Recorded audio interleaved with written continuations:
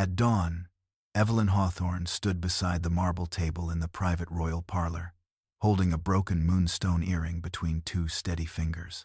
The jewel belonged to Celeste. Its silver hook was bent, and one pale strand of her sister's hair still clung to it.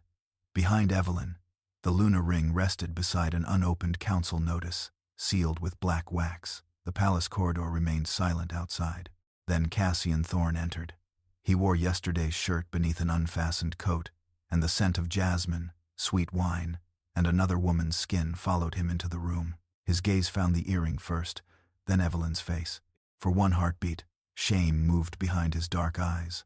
Pride buried it before he spoke. "It was one night," he said. "A mistake made in anger." Evelyn blinked. She had imagined screaming when betrayal finally took shape. Instead, every sound inside her seemed to freeze. "Did you know it was Celeste?" she asked. Cassian opened his mouth, but the pause answered first. The mate bond tightened beneath Evelyn's ribs like wire drawn through bone. She set the earring down carefully. "You knew," she said. His jaw hardened. "You were planning to leave me." The accusation struck harder than any confession. Cassian crossed the room and placed a folded letter on the table. It bore Evelyn's blood signature and described a secret arrangement with Lycan King Theron Blackridge. According to the letter, she intended to take Rowan and Ivy across the border and challenge Cassian's claim to the throne. Evelyn read 3 lines, then looked up. "This is forged." Cassian's expression did not change. "The council believes otherwise." The inner door opened before Evelyn could answer. Celeste stepped into the parlor wearing Cassian's black robe, cinched tightly at her waist. Her golden hair was loose, her eyes carefully wet. "Evelyn, please," she whispered. "I never wanted this." Evelyn watched her sister twist the little ring on her smallest finger. Celeste always did that while lying. Cassian moved between them. "This cannot become public. The northern packs are already restless, and Severin is questioning the stability of my rule." Evelyn stared at him. Not at Celeste, at him. "You want me silent. I want you reasonable," he replied. "Remain Luna for now. The council will investigate. Celeste will stay under royal protection as a witness." Evelyn's fingers curled once, then relaxed. A knock sounded. Lord Severin's messenger entered with 2 guards and bowed just deeply enough to insult her. He placed the sealed notice beside the Luna ring. "By order of the Crown Council, Evelyn Hawthorne is suspended from guardianship of the royal heirs pending investigation for treason." Rowan's wooden wolf toy slipped from the doorway. Both children had been listening. Ivy clutched her brother's sleeve. Cassian turned sharply. "Take them to the nursery." Evelyn stepped between the guards and her children. "No." Power rolled from Cassian, deep and commanding. "Do not force me to use the alpha voice." Pain flashed through the mate bond, but Evelyn lifted her chin. "If you command me to surrender my children after sleeping with my sister, you will never touch my soul again." Silence. Evelyn broke the black wax and scanned the notice. Her eyes stopped at the date beneath Severin's signature, 2 days earlier. Before Cassian had entered Celeste's room, before the supposed proof had been presented, before the betrayal they now called evidence, Evelyn understood then. The affair was not the beginning. It was the door someone needed Cassian to open. She removed the Luna ring slowly. She placed the ring on the council notice, drew Cassian's ceremonial dagger from the table, and cut her palm. Blood struck moonstone. Silver light spread across the parchment. "Under the 7-night sanctuary law, I claim protection for myself and my children." The ring flared when Cassian moved. Evelyn took Rowan's hand and lifted Ivy. Then she looked once at the date, 2 days before. Evelyn left the parlor with Ivy against her shoulder, and Rowan gripping her bloodied hand. Behind them, Cassian called her name once, not as king but as mate. She did not turn. The sanctuary light still burned across the council notice, giving her 7 nights before law became another weapon. In the children's chamber, Evelyn moved with ruthless precision. She packed wool coats, boots, dried meat, medicine, the emergency ledger she kept beneath Ivy's mattress, and Lenora's twin moon pendant. She left every jewel Cassian had given her. Nothing bearing his crest would buy their safety beyond Stormhaven's walls. Rowan stood beside the doorway, holding his wooden wolf. "Is father coming?" he asked. Evelyn's chest tightened so violently that her wolf whimpered. She knelt, despite the pain in her palm. "Your father made a choice," she said. "Now I must make mine, and mine is to keep you safe." Ivy touched the bandage around Evelyn's hand. "Did we do something bad?" she whispered. Evelyn pulled both children close, breathing in soap, sleep, and fear. "No, adults did something wrong. You are not being punished." In the corridor, Boots approached. She rose before the guards could open the door fully. At Moongate, dawn had become a hard gray sky. 6 royal guards blocked the road, their spears crossed. Captain Jonas Reed waited beneath the stone arch with an order in his fist. His face hardened when he saw Evelyn's bleeding palm and the children carrying their own packs silently. "By command of the crown, the heirs remain," Jonas said. Evelyn handed him the notice. "Read the 3rd clause." He did, jaw tightening. A mother claiming sanctuary retained custody until a tribunal convened. No king could suspend that right through council decree alone. Severin had counted on fear, not scrutiny. Jonas lowered the paper. For 1 second, duty warred with conscience in his eyes. Then he ordered the spears raised. As Evelyn passed, he leaned near enough that only she heard him. "Council trackers left through the gate 10 minutes ago. They carry silver. Do not take the north road." The mate bond tore when she crossed Stormhaven's boundary. Evelyn stumbled, one hand clamping over her ribs. Cassian's shock struck through the tether, followed by fury, then something colder, panic. Rowan reached for her. She straightened before he could see how badly her knees shook. "Keep moving," she said now. They entered Silver Pine Forest, through a supply trail Evelyn had designed during the famine. Snowmelt soaked her boots. She used abandoned ration markers to guide them between ravines, doubling back twice to confuse scent hounds. Each mile stretched the bond thinner, scraping her lungs like broken glass from within slowly. By midday, Ivy began dragging her feet. Evelyn stopped beneath a fallen cedar, divided dried meat between the twins, and checked the map. A distant howl rolled through the trees. Another answered from the west. The trackers were separating, trying to herd them toward the frozen river ahead before nightfall. Evelyn changed course. She led the children down an old drainage path, hidden behind thorn bushes, then scattered moonroot across the main trail to poison their scent. For several minutes, only the wind followed. Hope rose carefully inside her. Then a branch snapped behind Rowan, close enough to touch him. A wolf burst from the brush. Evelyn shoved Rowan forward and drew the silver dagger from her boot. Another shape moved higher on the ridge. "Run to the split pine," she shouted. The children obeyed. A bowstring snapped. Evelyn saw the bolt turning through the air toward Ivy's small back. She moved without thinking. The silver bolt tore across her right shoulder and spun her into the snow. Pain flashed white through her body. Ivy screamed. Evelyn ripped the weapon free before silver could spread, and blood darkened her coat. On its shaft gleamed Cassian's crest, bright beneath her blood. Evelyn pressed her left hand over the wound in her right shoulder and forced herself upright. Silver burned beneath her skin, but the trackers were already descending the ridge. "Rowan, take Ivy to the split pine," she ordered. "Do not stop unless I call your names twice." Rowan's face had gone pale, yet he nodded. He seized his sister's hand and pulled her through the snow. Evelyn broke the bloodied bolt across her knee. Cassian's royal crest gleamed on both halves. One tracker shifted into human form near the drainage path. "The king wants his heirs returned alive." "And their mother?" Evelyn asked. The tracker's silence answered her. She threw one half of the bolt into the eastern brush, then dragged her bleeding sleeve across a low branch leading west. The conflicting scent trails bought her seconds. She ran after the children, guiding them toward an abandoned supply bridge spanning a narrow ravine. She knew the bridge. She had condemned it 3 winters earlier, because its center supports could no longer bear a fully shifted wolf. "Cross one at a time," she told the twins. Rowan went first. Ivy followed, crying without sound. Evelyn waited until both children reached the far side. 3 wolves burst through the trees behind her. She stepped onto the bridge and ran. The first tracker followed in wolf form. The second joined him. Too much weight. The rotted center beam cracked. Evelyn jumped for the opposite ledge as the bridge collapsed beneath the wolves. Her fingers caught frozen earth.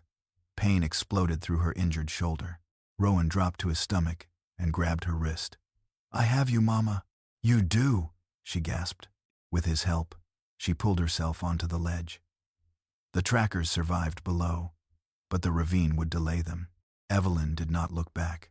By late afternoon, the black iron towers of the border appeared through the falling snow. Beyond them rose the mountains of Ironveil. Freedom stood less than half a mile away. So did 20 Stormhaven soldiers. They emerged from both sides of the road, surrounding Evelyn and the children before she reached the Black Gate. Jonas was not among them. Their commander carried a moon-glass mirror bearing Cassian's seal. The glass brightened. Cassian's face appeared within it.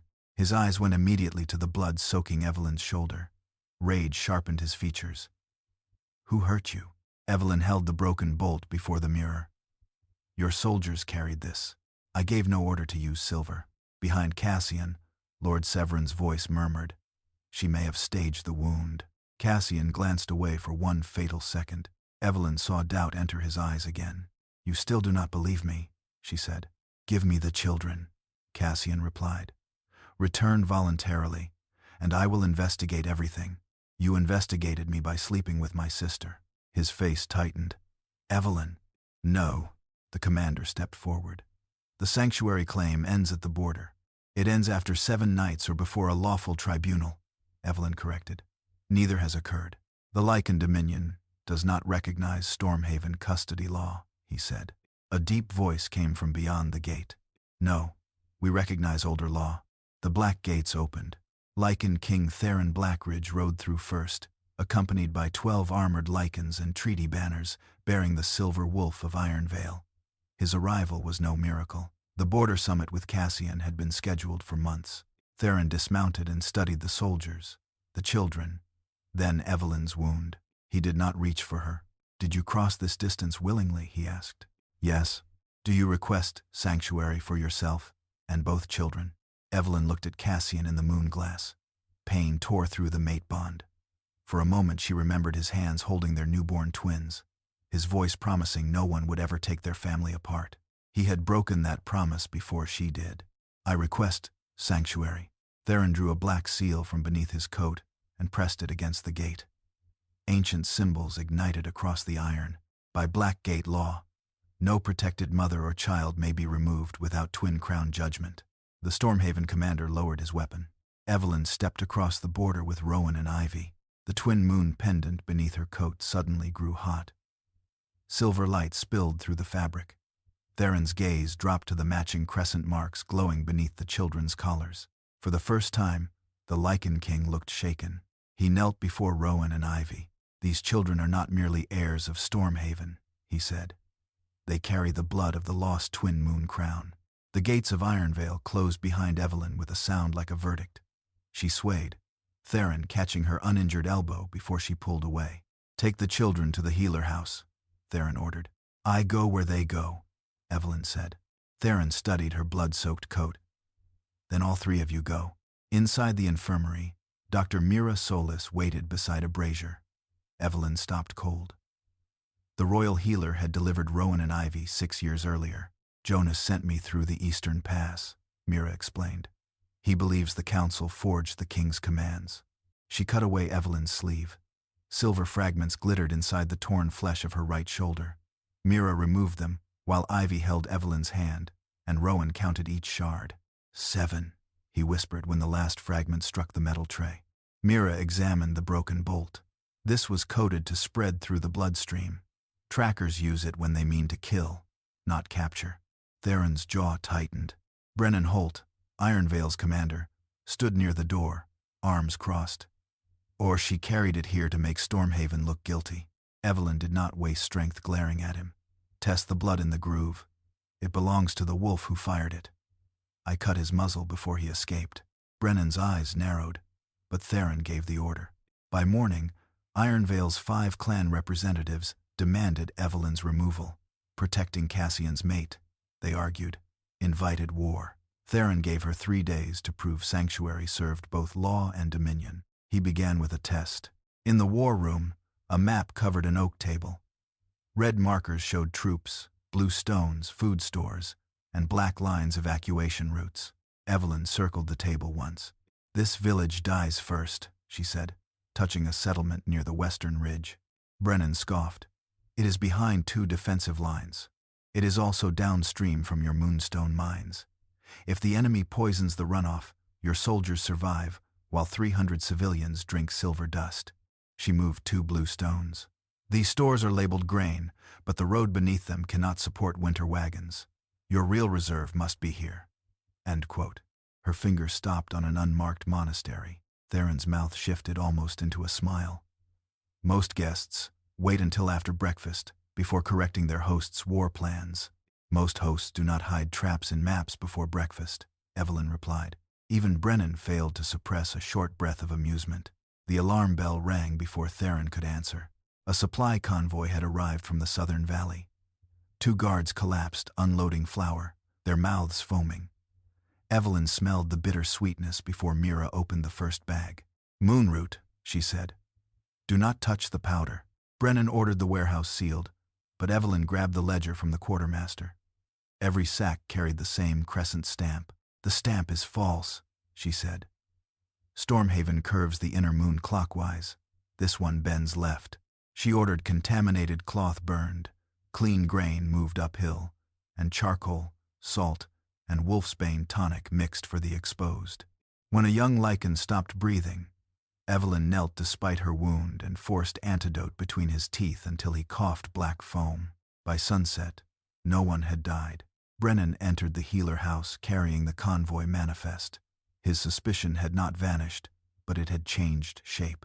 "The blood on the bolt belonged to a Stormhaven tracker," he said. "And your orders saved 43 soldiers and 18 children." Evelyn looked toward Rowan and Ivy, asleep together near the fire. "Then remember their names, not mine." Theron placed the manifest beside her emergency ledger. Both documents bore the same signature. Evelyn's signature, perfect in every stroke. Mira turned pale. Blood ink cannot be forged without a living sample. Evelyn stared at the seal and felt an older fear open beneath the new one. "There was one stored sample," Mira said quietly, "taken the night the twins were born." Someone had been preparing to use Evelyn's blood for 6 years. 3 days after Evelyn crossed the Black Gate, Stormhaven's western granary ran out of flour. Cassian stood inside the royal storehouse, while furious pack leaders shouted over one another. Empty shelves stretched behind them. Rainwater dripped through a roof Evelyn had ordered repaired 2 months earlier, but the council had redirected the funds toward a coronation banquet. "The southern wagons never arrived," a quartermaster said. "They arrived," Cassian replied, opening the royal ledger. "Where were they sent?" No one answered. Evelyn's handwriting filled the margins of earlier pages, small notes correcting shipment weights, alternate winter routes, names of villages with sick children. Cassian had once teased her for recording everything. Now the pages written after her departure contained only seals and signatures. No one had noticed that 300 sacks of grain had been sent to an abandoned military post. Alpha Darius of Frost Hollow slammed his fist against a table. "My pack will withdraw from the alliance if our pups go hungry." Cassian's wolf surged beneath his skin. He could command silence, but not loyalty. "We will correct it," he said. Darius looked at the empty shelves. "Your Luna used to correct it before we knew there was a problem." The words followed Cassian back to the palace. In the war room, maps lay untouched because none of his advisors understood Evelyn's system of colored pins. In the nursery, Rowan's wooden wolf remained beneath a chair. Ivy's blue blanket still smelled faintly of lavender. Cassian picked it up before realizing what he was doing. The mate bond gave a weak, distant pulse. Evelyn was alive. She was also farther away from him than she had ever been. Across the palace, Celeste stood before the Luna mirror, while Lord Severin placed the ancestral ring on a velvet cushion. "The kingdom requires stability," he told her. "Once Cassian recognizes you publicly, the pack will follow." Celeste stared at the moonstone. A black crack had appeared across its surface after Evelyn invoked sanctuary. "Cassian has not asked me to wear it." "He will." Severin lifted the ring and slid it onto Celeste's finger. Cold spread through her hand. Then the moonstone flashed white. Celeste screamed. Smoke rose from her skin as the ring tightened like a metal jaw. She tore it free and dropped it onto the floor. A dark burn circled her finger. Severin's expression remained calm. "The ring recognizes blood oath, not desire." It rejected me, for now. He crouched and wrapped the ring in velvet. A Luna may be questioned. The mother of a royal heir cannot. Celeste stopped twisting the small ring on her other hand. Severin watched understanding enter her eyes. That evening in Ironveil, Evelyn stood before the 5 Lycan clans in the Mountain Council chamber. Her right shoulder remained bound beneath her dark coat, but she used her left hand to move carved markers across a border map. The poisoned convoy was meant to force Ironveil to close the southern pass, she explained. Once closed, Severin's soldiers could attack the eastern villages without witnesses. Brennan studied the route. You are certain. I designed the original supply roads. Theron stood at the head of the table. Then the defense will follow Evelyn Hawthorne's plan. A murmur traveled through the chamber. One elder frowned. Your Majesty, should the official record not carry your authority? My authority approves the plan, Theron said. It does not create it. He turned to the royal scribe. Record her name. The scratch of the quill filled the silence. Evelyn lowered her gaze to the map, unsettled by the warmth rising behind her ribs. For 8 years, Cassian had presented her strategies as crown decisions. Theron had given her credit with 4 simple words. Record her name. Before dawn, the strategy succeeded. Ironveil soldiers intercepted Severin's hidden force without losing a single village. Brennan raised a cup toward Evelyn after the final report arrived. To the woman who found an army inside a flower ledger. Evelyn almost smiled. Then a messenger entered carrying a sealed notice from Stormhaven. Theron broke the wax and read silently. His silver eyes hardened before he handed the paper to Evelyn. The announcement bore Cassian's royal seal. Celeste Hawthorne was carrying the Alpha King's heir. In Stormhaven's council chamber, Celeste placed one hand over her perfectly flat stomach, while the burned Luna ring lay hidden beneath Lord Severin's cloak. The announcement from Stormhaven remained open on the council table. Celeste Hawthorne was carrying the Alpha King's heir. Evelyn read the sentence twice before folding the paper. Her face revealed nothing, but the mate bond tightened beneath her ribs. Somewhere beyond the mountains, Cassian's emotions struck the tether: confusion, anger, and something that felt dangerously close to disbelief. Theron watched her carefully. Do you believe the claim? I believe Celeste wants the kingdom to believe it. Evelyn turned toward the door. Pain pulsed through her injured right shoulder, sharp enough to steal half a breath. She refused to let anyone see it. Theron stopped her with one sentence. There is something beneath Ironveil that belonged to your mother. The Moonstone Archive lay below the oldest tower, reached by a staircase carved directly into the mountain. Brennan remained outside while Theron led Evelyn and the twins into a circular chamber lined with black stone shelves. No books waited inside. Only sealed metal boxes, memory crystals, and a stone door bearing 2 incomplete crescent moons. Evelyn's pendant grew hot beneath her shirt. Ivy touched her collar. Mine is warm too. Rowan's matching mark glowed faintly beneath his skin. Theron faced Evelyn. Lenora Hawthorne came here 35 years ago. She carried documents proving that her bloodline once stood between the werewolf packs and the Lycan clans. Lycan clans. My mother never left Stormhaven. She did before you were born. The answer struck Evelyn with quiet force. Theron removed one glove and pressed his palm to the stone door. Nothing happened. Your blood must open it, he said. Evelyn studied him. How long have you known who I was? I knew Lenora had a daughter. I did not know whether that daughter survived the council. Yet you never looked for me.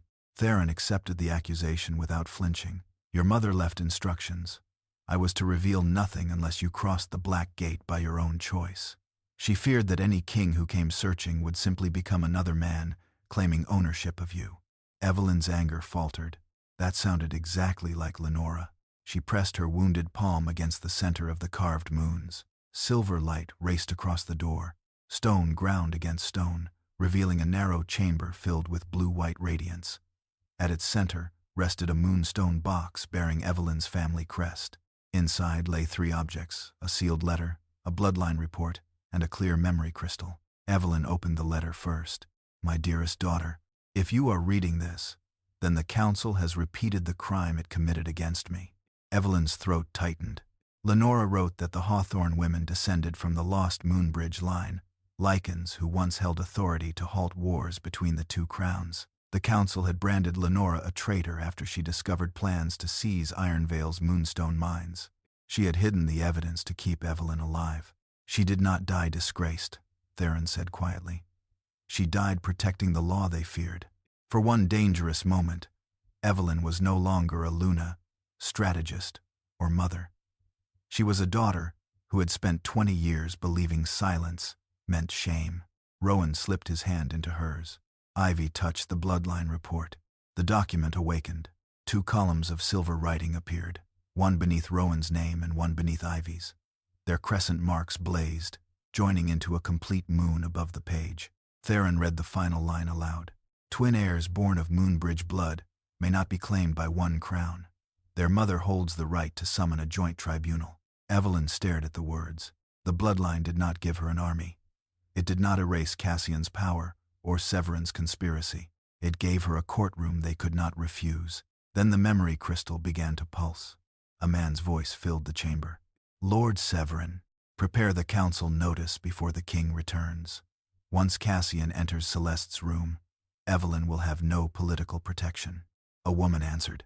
Celeste, the northern route will be watched. Send the trackers through Silverpine instead. Evelyn's blood turned cold. Severin spoke again. Use silver if necessary.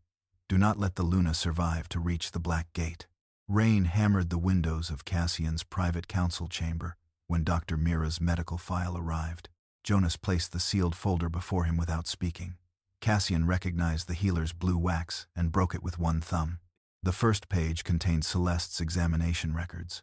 The second listed the hormones found in her blood. The third carried a single conclusion: no pregnancy. The chemicals had been administered over several days to imitate early symptoms. Even the claimed conception date was impossible. Celeste's body showed no evidence that an heir had ever existed. Cassian read the report again. His wolf surged beneath his skin, filling the room with the scent of burning cedar. Who else has seen this? Only Mira, you, and me, Jonas replied. But there is more. He placed a copied guard ledger beside the medical file. The order authorizing silver weapons in Silverpine bore Cassian's seal, but the command had been entered while Cassian was still inside Celeste's chamber. Someone had used his royal authority while he was occupied committing the betrayal that made the order believable. Cassian closed his eyes. For days, he had clung to the belief that Evelyn had manipulated the evidence, fled with the heirs, and placed Stormhaven at risk. Now the truth stood before him in ink. She had been innocent, and he had given her every reason to believe he wanted her dead. A bell sounded from the great hall. Celeste's Luna ceremony had begun. Cassian entered through the rear doors as hundreds of pack members gathered beneath the silver banners of Stormhaven. Lord Severin stood beside the ceremonial altar. Celeste wore a white gown, one hand resting over the child who did not exist. The ancestral Luna ring waited on a black cushion. Severin saw Cassian and smiled. My king, we were beginning to fear you had reconsidered. I have. The word traveled through the hall. Celeste's face tightened, but Severin lifted the ring before Cassian could reach the altar. Stormhaven cannot remain without a Luna. The pacts require stability. The pacts require truth, Cassian said. Celeste moved quickly. She took the ring from Severin and pushed it onto her burned finger. For one breath, nothing happened. Then the moonstone turned black. Celeste screamed. The metal contracted around her finger, smoke curling from her flesh as she tried to pull it free. The ring flashed with violent silver light, throwing her to her knees. A crack split the moonstone from end to end. Gasps moved through the hall. The ring has rejected her, an elder whispered. Cassian crossed the altar and tore the ring from Celeste's hand.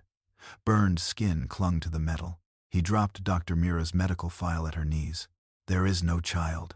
Celeste stared at the papers. Her frightened expression vanished. What remained was colder. You were never supposed to learn that yet. A growl rose from Cassian's chest. The letters accusing Evelyn were forged. Yes. The answer silenced even Severin. You helped send silver trackers after my mate and children. Celeste looked toward the watching pack. I gave Severin the route. He promised Evelyn would be brought back frightened enough to surrender her rights. They were ordered to kill her. For the first time, uncertainty entered Celeste's eyes. She glanced at Severin. He did not look at her. Cassian stepped closer. You drugged me. I weakened your control, Celeste replied. I made the wine blur your anger. But do not turn yourself into my victim, Cassian. His face went still. Celeste rose despite her bleeding hand. You knew who I was. You asked me whether Evelyn would finally understand what it felt like to be replaced. You could have left that room. Each word struck deeper because it was true. I lied, Celeste continued. Severin manipulated you, but no drug forced you to stay in my bed. Cassian felt the last defense inside him collapse. Being deceived did not erase his choice.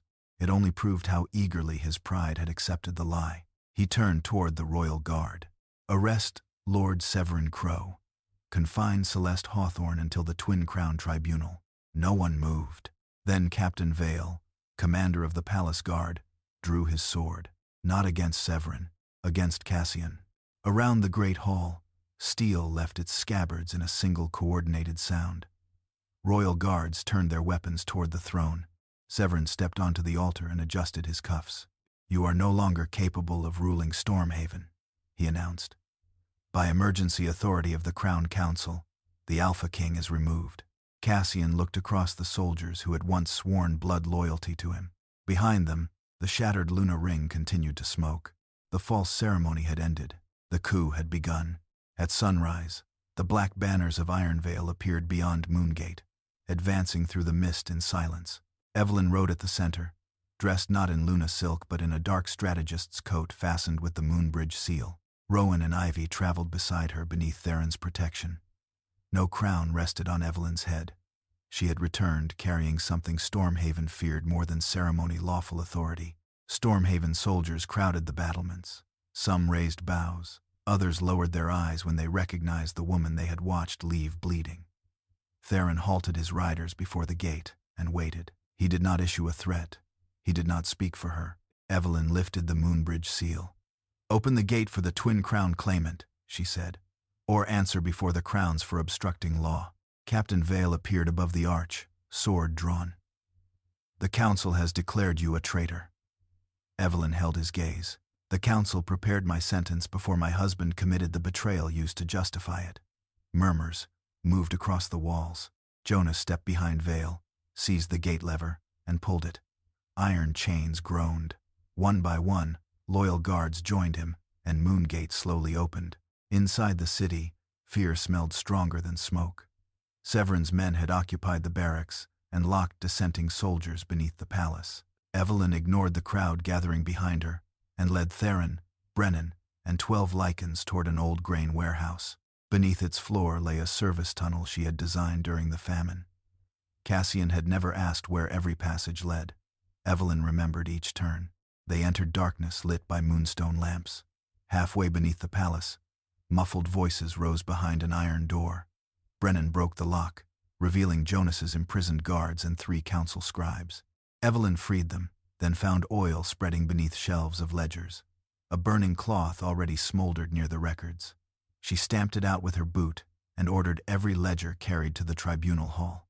A young guard stared at Evelyn's blood-stained shoulder bandage. We thought you abandoned us.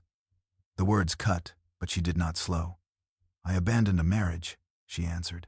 Not the people Severin intends to starve. Theron heard the distinction and said nothing. At the final stair, he moved aside, allowing Evelyn to climb first. She entered the palace not behind a king, but before one. The great hall had been transformed into a coronation chamber. Celeste stood beside Severin in a white gown, her burned hand hidden beneath lace. Cassian knelt under guard near the throne. Blood dried along his temple. Severin raised a Luna crown, while announcing that Rowan and Ivy had been corrupted by Lycan blood and were therefore illegitimate. The doors opened before the crown touched Celeste. Evelyn walked through the assembly. Theron remained behind her. Those children are protected heirs under the Twin Crown Clause, she declared. This coronation is unlawful. This council is compromised, and every order against me will be examined before witnesses. Celeste lifted her chin. You returned because you could not bear losing your place. Evelyn set the Moonbridge seal upon Severin's table. I returned to end yours.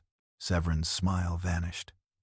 He produced an emergency decree authorizing Evelyn's execution if no tribunal convened before midnight.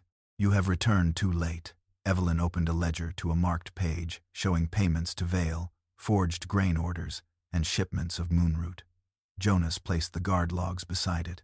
Cassian studied the evidence, then Evelyn. Shame crossed his face, but she did not look away again. Severin lunged for the seal. Before he touched it, the Moonbridge emblem ignited. Silver light swept through the hall and struck Rowan and Ivy. Their collars slipped aside as matching crescent marks blazed upon their skin. The broken lunar ring on Celeste's hand cracked completely, scattering moonstone across the floor. Every wolf fell silent. 2 crescents joined overhead, forming 1 moon above the rightful heirs. Silver light faded from the joined crescent above Rowan and Ivy, but no one in the great hall moved. Evelyn stood behind the Moonbridge seal, facing both crowns. Theron remained beside the Ironveil delegation. Cassian knelt under guard, while Severin held the emergency decree like a blade aimed at midnight itself. Evelyn opened the tribunal by placing the council notice on the central table. Jonas added the guard logs. Mira laid down Celeste's medical file. Brennan presented the poisoned convoy manifest. Last, Evelyn set the memory crystal beneath the moonstone flame, where every witness could see it awaken at her touch. Severin's recorded voice filled the chamber, ordering the notice prepared before Cassian entered Celeste's room. Celeste's reply followed, directing trackers through Silverpine and approving silver if Evelyn resisted. Murmurs became growls. Evelyn then displayed the blood ink letters and Mira's report tracing the sample to the twins' birth 6 years earlier. Cassian stared at the documents until Evelyn turned toward Rowan. The boy stepped forward, wooden wolf clenched against his chest.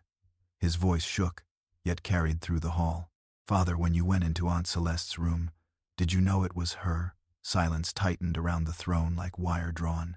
Cassian looked at Evelyn, then at both children. "Yes," he said. "The confession broke something no evidence could repair.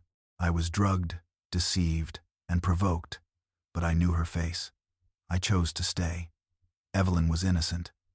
I had no lawful right to take her children or silence her again." Celeste made a strangled sound, but Evelyn did not look at her. Cassian removed his royal signet and placed it beside the evidence. "I surrender every claim that would force Evelyn or the twins back to Stormhaven. Their return, their residence, and their bond with me must be freely chosen." For 1 breath, the tribunal held. Then 3 palace guards moved at once. Captain Vale seized Ivy from behind the witness rail, pressing a silver dagger beneath her jaw. 2 others drew hidden blades near Rowan. Severin smiled as sleeper oaths flared red across their throats and wrists simultaneously. Theron stepped forward, but Evelyn raised 1 hand. "Do not move!" Her voice changed, carrying the ancient resonance of Moonbridge law. She pressed her bleeding palm to the seal. "Every wolf who swore protection to these heirs must choose now obey a traitor or answer the first oath in blood." The red marks on the guards' throats burned white. Vale's arm convulsed. His dagger dropped 1/2 inch, enough for Ivy to bite his wrist and twist away. Rowan threw his wooden wolf beneath another guard's heel. Brennan struck first. Ironveil soldiers disarmed the sleepers without killing a single wolf. Severin lunged toward Ivy, drawing a second silver dagger from his sleeve. Cassian tore free of his guards and crossed the distance before anyone else could act. The blade meant for Ivy entered Cassian's left side. He staggered, but kept himself between Severin and his daughter. Standing upright, still somehow, Theron shifted partially, silver eyes blackening as he drove Severin to the floor. Yet he did not pronounce sentence. He bound the councilman's wrists and dragged him before Evelyn. Blood spread across Cassian's tunic while Mira rushed to him. Ivy clung to Rowan, trembling but unbroken beside their wounded father. Severin laughed through broken teeth. Celeste was never meant to rule. Cassian would die during the coup. She would follow after producing access to the royal nursery. With the twins' blood, I would command Moonbridge, seize Ironveil's mines, and crown whichever puppet survived the war I started for myself alone. The tribunal erupted, but Theron remained still. He placed the severance paper beside Stormhaven's crown, then set Ironveil's black crown opposite it. Cassian lowered his gaze, 1 hand pressed to his wound. Theron stepped away from both thrones and faced Evelyn. "Choose now, when no king stands in your shadow." The great hall remained silent after Theron stepped away from both crowns. Evelyn looked first at Severin, then at Celeste, and finally at Cassian bleeding beside the tribunal table. Power waited for her answer, but she refused to make a life-changing choice, while fear still ruled the room tonight. She lifted the Moonbridge seal and pronounced judgment. Severin Crow was stripped of his council seat, estates, rank, and blood authority.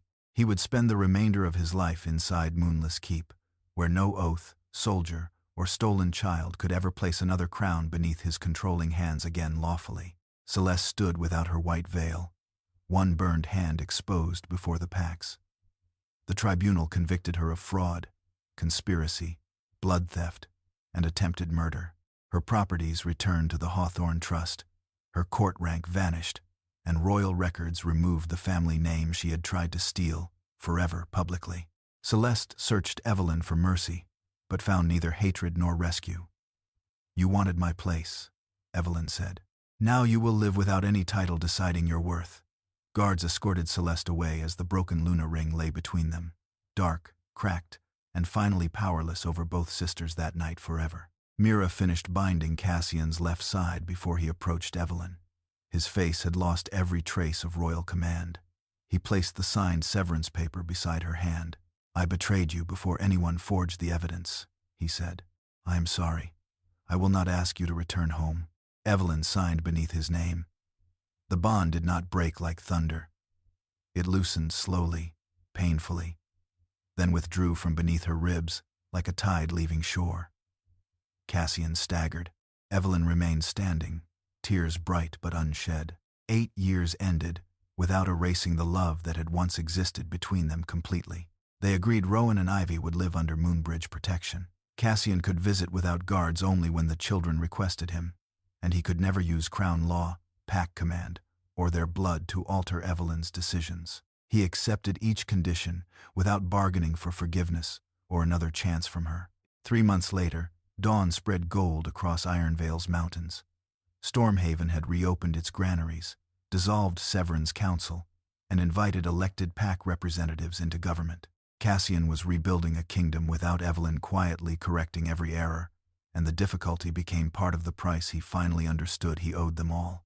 In Moonbridge courtyard, wolves and Lycans gathered beneath one banner. Theron approached Evelyn carrying Ironveil's black crown in both hands. He did not raise it above her, touch her neck, or speak a binding command. He simply offered it and waited for her answer in complete respectful silence before everyone. Evelyn looked toward Rowan and Ivy, then toward Theron. He had protected the door, but never decided whether she should walk through it. She took the crown, placed it upon her own head, and accepted the office of Queen Consort and Chief Lawkeeper by her own spoken oath that morning freely. Only after the ceremony ended did Evelyn offer Theron her marked hand. Their chosen bond formed gently, without fate dragging either heart forward. Silver light circled their joined wrists. Theron bowed his forehead to hers and asked, "Still certain?" Evelyn answered him with a quiet, unwavering yes, before witnesses gathered. The old Luna ring was never repaired. Evelyn ordered its silver melted and divided into 2 small guardian pendants. One rested against Rowan's chest, the other against Ivy's. What had symbolized a marriage broken by betrayal became a promise that neither child would belong to any crown again unwillingly ever. When Evelyn signed the Moonbridge Accord, Stormhaven and Ironveil pledged sanctuary to betrayed mates, protection for royal children, and trials before any Luna lost her title. She forgave herself for loving Cassian and for leaving him. Then she faced the future, crowned by her own hand, and chose it freely. So, Evelyn's story closes here not with a man choosing her, but with her choosing herself. Are you still here with me after everything she survived? She was betrayed by the 2 people who should have protected her. She was blamed before anyone searched for the truth. She felt the bond tear through her body, yet she never begged for a place beside someone who had already treated her dignity as negotiable. That may be the quietest kind of strength. We cannot control who lies to us, misunderstands us, or decides that our loyalty is something they can take for granted. We can control what we do when the truth becomes impossible to ignore. Evelyn did not leave because she felt nothing. She left because love without trust had become another cage. She also learned that choosing yourself does not require becoming cold. You can protect your heart without turning it into a locked fortress. Just remember to check who is holding the spare key. Cassian's regret was real, but regret does not automatically restore access. Forgiveness can bring peace without reopening the same door. If Evelyn's choice spoke to you, leave one word in the comments: dignity. And if this story stayed with you, please consider liking, sharing, and subscribing for more stories about courage, truth, and second chances earned the right way.